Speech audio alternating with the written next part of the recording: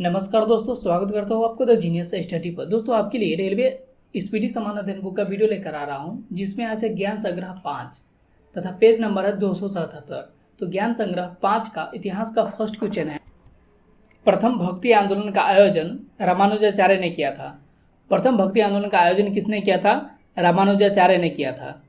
आना सिक्के का प्रचलन शाहजहां ने कराया। आना सिक्के का प्रचलन किसने कराया? शाहजहां ने करवाया था। मुगल चित्रकारी जहांगीर के शासनकाल में पराकाष्ठा पर थी। मुगल चित्रकारी किसके काल में पराकाष्ठा पर थी? जहांगीर के शासनकाल में। ईस्ट इंडिया कंपनी ने जहांगीर के दरबार में पहले हॉकिंस को भेजा था। ईस्ट इंडिया कंपनी ने जहांगीर के दरबार में सबसे पहले किसको भेजा था? हॉकिंस को भेजा था। नेक्स्ट क्वेश्चन है, दिल्ली के लाल किले में मोती मस्जिद का निर्माण औरंगजेब ने करवाया था। दिल्ली के लाल किले में मोती मस्जिद का निर्माण किसने करवाया था? औरंगजेब ने करवाया था। अंग्रेजों ने अपनी पहली फैक्ट्री 1608 ईस्वी में सूरत में स्थापित किया था। अंग्रेजों ने अपनी पहली फैक्ट्री कब स्थापित किया था? 1608 ईस्वी में सूरत में स्थापित किया था। अंग्रेजों ने रैयतवारी बंदोबस्त मद्रास प्रेसिडेंसी और बम्बई प्रेसिडेंसी में लागू किया था।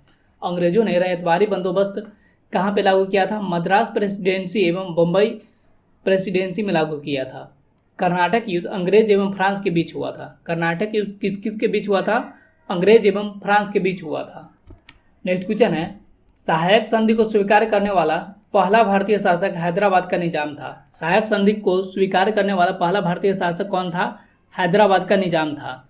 मराठा राज्य का दूसरा संस्थापक बालाजी विश्वनाथन को कहा जाता है।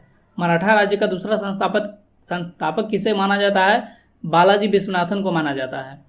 नादिर शाह मुगल शासक मोहम्मद शाह के शासनकाल में भारत पर आक्रमण किया था। नादिर शाह किसके शासनकाल में भारत पर आक्रमण किया था? मोहम्मद शाह के शासनकाल में आक्रमण किया था। मुगल सम्राटों में सबसे लंबा शासन अकबर का रहा। मुगल सम्राटों में सबसे लंबा शासन किसका रहा था? अकबर का था। नेक्स्ट क्वेश्चन है, भारत में आधुनिक शिक्षा प्रणाली की नींव 1835 ईस्वी के लॉर्ड मैकाले की अनुशंसा पर पड़ी। भारत में आधुनिक शिक्षा प्रणाली की नींव कब पड़ी थी? 1835 ईस्वी के लॉर्ड मैकाले की अनुशंसा पर पड़ी थी। नेक्स्ट है अर्थव्यवस्था, जिसका फर्स्ट क्वेश्चन है, भारत में नियोजन के इतिहास का शुभारंभ 1951 ईस्वी में हुआ था। भारत में नियोजन के इतिहास का शुभारंभ कब से हुआ था? 1951 ईस्वी से। ऑपरेशन फ्लड के सूत्रधार डॉक्टर वर्गीज कुरियन थे। ऑपरेशन फ्लड के सूत्रधार कौन थे? डॉक्टर वर्गीज कुरियन थे। नेक्स्ट क्वेश्चन है, भारतीय मानक ब्यूरो का मुख्यालय नई दिल्ली में है। भारतीय मानक ब्यूरो का मुख्यालय कहाँ पे स्थित है? नई दिल्ली में स्थित है। हरित क्रांति का लाभ मुख्यतः पंजाब, हरियाणा एवं पश्चिम उत्तर प्रदेश में हुआ। हरित क्रांति का लाभ मुख्यतः कहाँ पे हुआ? पंजाब, हरियाणा, पश्चिम बंगाल, उत्तर प्रदेश में हुआ। भारत में हरित क्रांति की शुरुआत 1967-68 में हुआ था, जिसका भारतीय जनक MS स्वामीनाथन को कहा जाता है। भारत में हरित क्रांति की शुरुआत 1967-68 में हुआ, जिनका भारतीय जनक किसे माना जाता है? MS स्वामीनाथन को कहा जाता है। नेक्स्ट क्वेश्चन है, राष्ट्रीय कृषि सहकारी विपणन संघ लिमिटेड NAFED की स्थापना 1995 ईस्वी में हुआ था। राष्ट्रीय कृषि सहकारी विपणन संघ लिमिटेड की स्थापना कब हुआ था? 1995 ईस्वी को। स्वतंत्रता के पश्चात देश की प्रथम औद्योगिक नीति की घोषणा डॉक्टर श्यामा प्रसाद मुखर्जी ने 6 अप्रैल 1948 ईस्वी को की। स्वतंत्रता के पश्चात देश की प्रथम औद्योगिक नीति की घोषणा किसने की थी? डॉक्टर श्यामा प्रसाद मुखर्जी ने 6 अप्रैल 1948 ईस्वी को की थी। तीसरी एवं चौथी योजना के मध्य 3 वर्ष का योजना अवकाश रहा। तीसरी एवं चौथी योजना के मध्य कितने वर्षों का योजना अवकाश रहा था? 3 वर्षों का। नेक्स्ट क्वेश्चन है, केंद्र एवं राज्यों के मध्य करों का विभाजन वित्त आयोग करता है। केंद्र एवं राज्यों के मध्य करों का विभाजन कौन करता है? वित्त आयोग करता है। वित्त आयोग का गठन संविधान के धारा 280 के अंतर्गत किया गया है। वित्त आयोग का गठन संविधान की किस धारा के अंतर्गत किया गया है? 280 के तहत किया गया है। विभिन्न करों से प्राप्त राशि को भारत के संचित निधि में जमा किया जाता है। विभिन्न करों से प्राप्त राशि को भारत की किस में जमा किया जाता है? भारत के संचित निधि में जमा किया जाता है।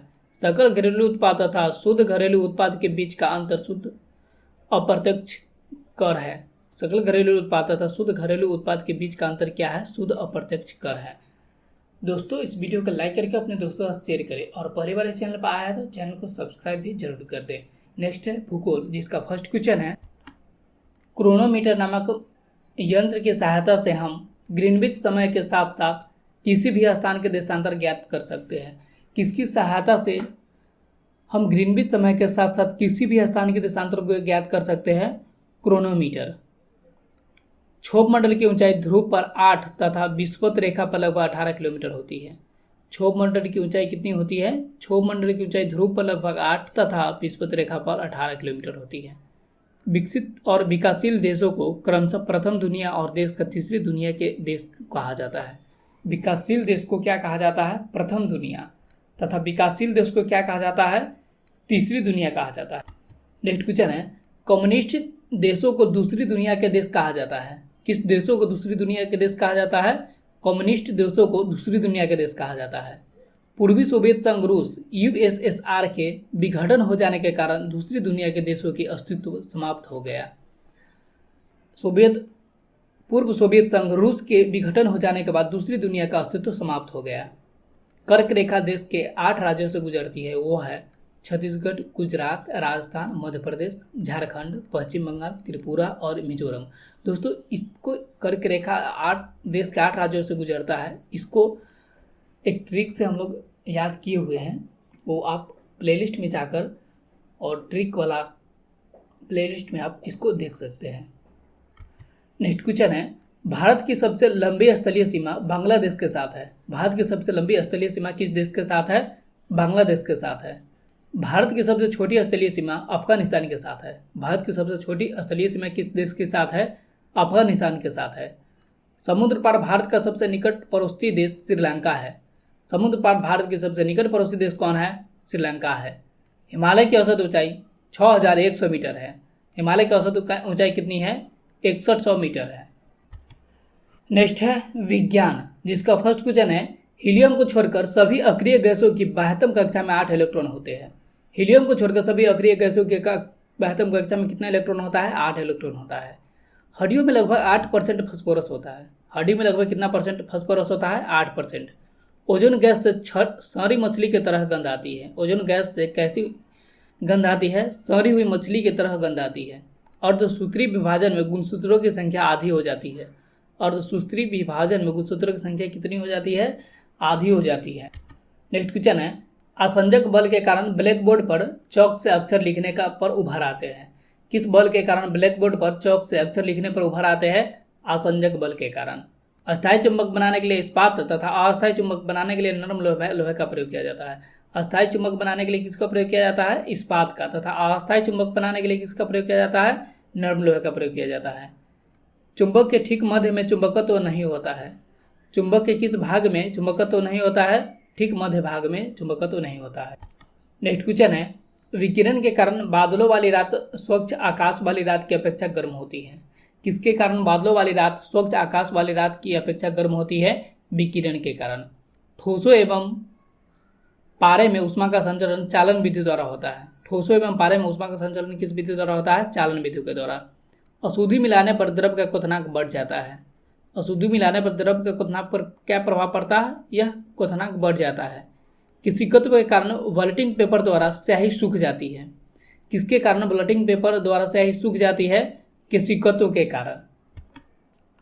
पीतल के बर्तन पर निकेल की पॉलिश की जाती है। पीतल के बर्तन पर किसकी पॉलिश की जाती है? निकेल की। सपनों के अध्ययन को ऑनिरोलॉजी कहते हैं। सपनों के अध्ययन को क्या कहते हैं? ऑनिरोलॉजी कहते हैं। दोस्तों, इस वीडियो को लाइक करके अपने दोस्तों के साथ शेयर करें और पहली बार इस चैनल पर आ रहे हैं तो चैनल को भी सब्सक्राइब जरूर कर लें। नेक्स्ट है राज्य व्यवस्था, जिसका फर्स्ट क्वेश्चन है, समानता का अधिकार का संबंध अनुच्छेद 14 से है। समानता का अधिकार का संबंध अनुच्छेद किससे है? 14 से है। मौलिक अधिकार का विकास सर्वप्रथम ब्रिटेन में हुआ था। मौलिक अधिकारों का विकास सर्वप्रथम कहाँ पे हुआ था? ब्रिटेन में हुआ था। भारतीय संविधान में मौलिक अधिकार की व्यवस्था अनुच्छेद 12 से 35 तक की गई है। भारतीय संविधान में मौलिक अधिकार की व्यवस्था कहाँ से कहाँ तक की गई है? अनुच्छेद नंबर 12 से 35 तक की गई है। अनुच्छेद 18 केवल राज्य के विरुद्ध है। अनुच्छेद 18 केवल राज्य के विरुद्ध है। मूल अधिकारों का रक्षक न्यायपालिका होती है। मूल अधिकारों का रक्षक कौन होती है? न्यायपालिका होती है। नेक्स्ट क्वेश्चन है, भारत में लोगों को एकल नागरिकता प्रदान की गई है। भारत में लोगों को कैसी नागरिकता प्रदान की गई है? एकल नागरिकता। संपत्ति का अधिकार मूल अधिकारों की सूची से निकालकर अनुच्छेद 300 क में कानूनी अधिकार के तहत रखा गया है। संपत्ति का अधिकार का मूल अधिकारों की सूची से निकाल के कहाँ पे रखा गया है? अनुच्छेद 3 के क में रखा गया है, जो कि यह एक कानूनी अधिकार के तहत रखा गया है। राष्ट्रपति का अध्यादेश निर्माण की शक्ति अनुच्छेद 123 में है। राष्ट्रपति का अध्यादेश निर्माण की शक्ति किस में है? अनुच्छेद 123 में। राज्यपाल को क्षमा दान की शक्ति मृत्युदंड को छोड़कर अनुच्छेद 161 के तहत प्राप्त है। राज्यपाल को क्षमा दान की शक्ति किस अनुच्छेद के तहत प्राप्त है? अनुच्छेद 161 के तहत प्राप्त है, लेकिन वह मृत्युदंड को माफ नहीं कर सकता है। वह केवल सिर्फ राष्ट्रपति ही मृत्युदंड को माफ कर सकता है। नेक्स्ट क्वेश्चन है, राष्ट्रपति को क्षमा दान की शक्ति मृत्युदंड सहित अर्थात मृत्युदंड को भी वह माफ कर सकता है। वह किस अनुच्छेद में दिया गया है? तो अनुच्छेद 72 में दिया गया है। राष्ट्रपति को क्षमा दान की शक्ति मृत्यु सहित कहाँ पे दिया गया है? अनुच्छेद 72 में। संविधान के भाग 20 के अनुच्छेद 368 में संविधान संशोधन की प्रक्रिया का उल्लेख किया गया है। संविधान के किस भाग में संविधान संशोधन की प्रक्रिया का वर्णन किया गया है? भाग 20 तथा अनुच्छेद 368 में। संविधान संशोधन विधेयक के लिए संयुक्त अधिवेशन नहीं बुलाया जा सकता है। संविधान संशोधन विधेयक के लिए क्या नहीं बुलाया जा सकता है? संयुक्त अधिवेशन नहीं बुलाया जा सकता है। नेक्स्ट क्वेश्चन है, संचित निधि का संबंध अनुच्छेद 366(1) से है। संचित निधि का संबंध किससे है? अनुच्छेद 66(1) से है। लोक लेखा निधि अनुच्छेद 266(2) से संबंधित है। लोक लेखा निधि किस अनुच्छेद से संबंधित है? अनुच्छेद 266(2) से संबंधित है। आकस्मिक निधि अनुच्छेद 267 से संबंधित है। आकस्मिक निधि किससे संबंधित है? अनुच्छेद 267 से संबंधित। नेक्स्ट है, परंपरागत ज्ञान। इंटरपोल अंतर्राष्ट्रीय अपराधी पुलिस संगठन का मुख्यालय लियोन्स पेरिस में स्थित है। इंटरपोल का मुख्यालय कहाँ पर स्थित है? लियोन्स पेरिस में स्थित है। मार्टिना हिंगिस एक प्रसिद्ध टेनिस खिलाड़ी है। मार्टिना हिंगिस किस खेल की खिलाड़ी है? टेनिस खेल की खिलाड़ी है। डॉक्टर सुशीला नायर एकमात्र महिला है जो विश्व स्वास्थ्य संगठन की अध्यक्ष बनी थी। कौन है जो एकमात्र महिला है जो विश्व स्वास्थ्य संगठन की अध्यक्ष बनी थी? Doctor Sushila Nayar. A passage to India के लेखक E.M. फोस्टर है। ए पैसेज टू इंडिया के लेखक कौन है? E.M. फोस्टर है। नेक्स्ट क्वेश्चन है, भारत भारती के लेखक मैथिली शरण गुप्त है। भारत भारती के लेखक कौन है? मैथिली शरण गुप्त है। बुडापेस्ट डेन्यूब नदी के तट पर बसा है। बुडापेस्ट किस नदी के तट पर बसा हुआ है? डेन्यूब नदी के तट पर बसा हुआ है। रोबर्ट्स कप का संबंध फुटबॉल के साथ है। रोबर्ट्स कप का संबंध किस खेल से है? फुटबॉल खेल से। नोबेल पुरस्कार 6 क्षेत्रों में दिया जाता है। नोबेल पुरस्कार कितने क्षेत्र में दिया जाता है? 6 क्षेत्र में। मलयालम केरल की राजभाषा है। केरल की राजभाषा क्या है? मलयालम।